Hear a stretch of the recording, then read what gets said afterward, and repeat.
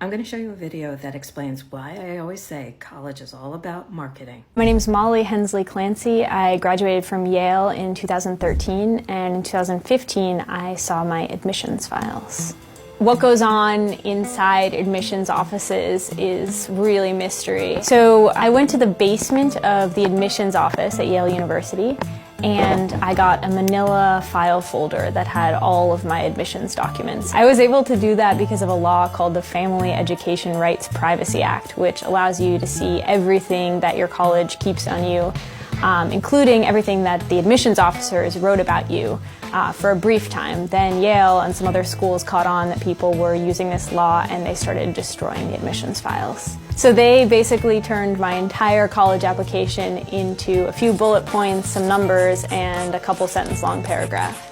Another thing that the admissions officers do is they try and turn you into a series of numbers. So they rank your grades, they rank your essays, and they also rank what your teachers said about you. It's pretty subjective. So there was one admissions officer that clearly liked me a little bit better than the other, and she thought my admissions interview was a 9.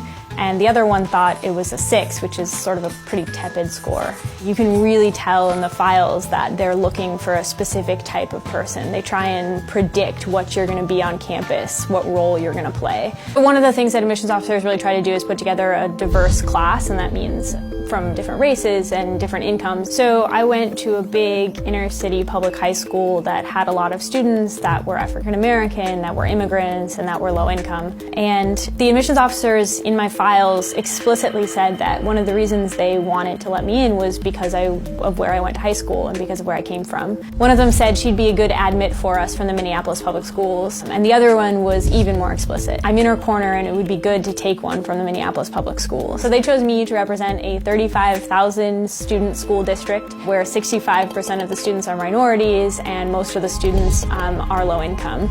I don't really fit into any of those boxes. I'm white. Both of my parents went to an Ivy League school. I'm not low income. As far as I know, I was one of only 2 students to get into Yale from the entire Minneapolis public school system. And the other one to get in was also the white middle-class daughter of 2 college grads. What I also say is all of this is most operative when you're talking about the Ivies and the elite schools. You can get a really good education without going to those places. So don't buy the hype.